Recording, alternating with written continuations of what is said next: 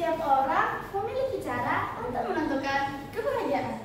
Bukan hanya sebatas untuk diri sendiri, tapi juga untuk orang lain. Melihat kawan membuka cawan, sembari menelisik piringnya udara. Hai kawan, coba dengarkan. Inilah kisah yang tak boleh dilupakan. Halo teman-teman, bertemu lagi dengan aku, Mei Ariska. Apakah kalian tahu buah belimbing? Ya, buah belimbing mungkin menjadi buah favorit bagi kalian. Nah, Mei punya cerita nih tentang kebaikan petani belimbing. Cerita ini diambil langsung dari pengalaman Pak Aris dan ditulis oleh Lilis Salisari. Beginilah ceritanya. Ada seorang petani belimbing, Pak Aris namanya. Ia hidup sendiri di rumahnya yang sederhana di Tembelang sana. Rumah itu merupakan peninggalan dari kedua orang tua. Rumah itu memiliki halaman yang luas sekali. Halaman itu ditanami pohon belimbing. Hehehehehe. Ya, awalnya saya hanya tidak ingin halaman ini ditumbuhi rumput. Mending ya saya tanami pohon belimbing saja. Hehehehehe. Begitulah mulanya. Saat ini pohon belimbing yang ada di halaman rumahnya sekitar 16 pohon. Pohon belimbing milik Pak Aris ini ditanam pada Januari 2018. Hingga saat ini baru dipangkas 1 kali. Pohon belimbing ini biasanya dapat dipanen 2 kali dalam setahun, yaitu saat awal musim hujan dan akhir musim hujan. Tapi karena pemberian pupuk dan teknik perawatannya, akhirnya pohon belimbing ini bisa berbuah terus-menerus.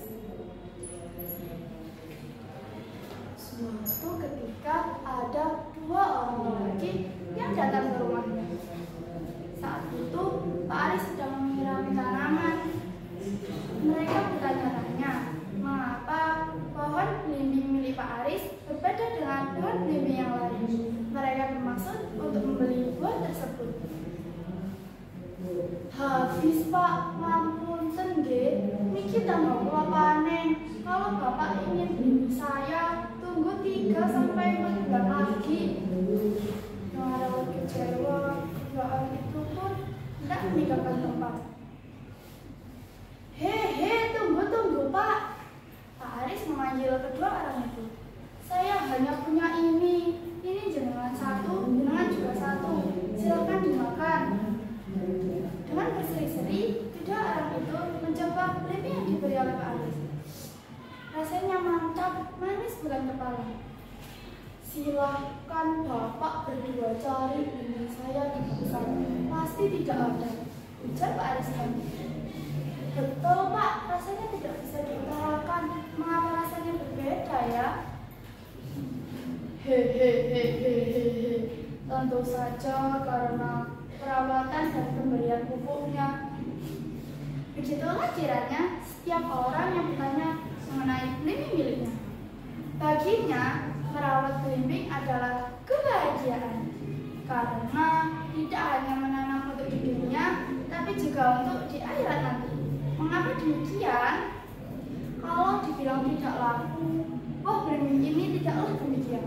Karena ada saja yang datang mencari ke rumahnya.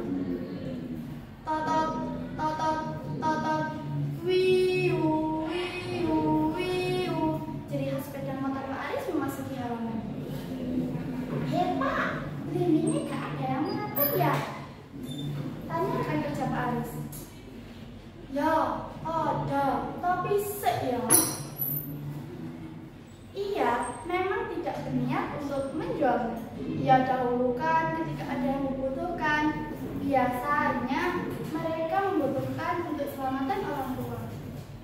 Uniknya, selama 3 tahun ini, Pak Aris selalu memberikan kepada majelis setiap Jumat Legi.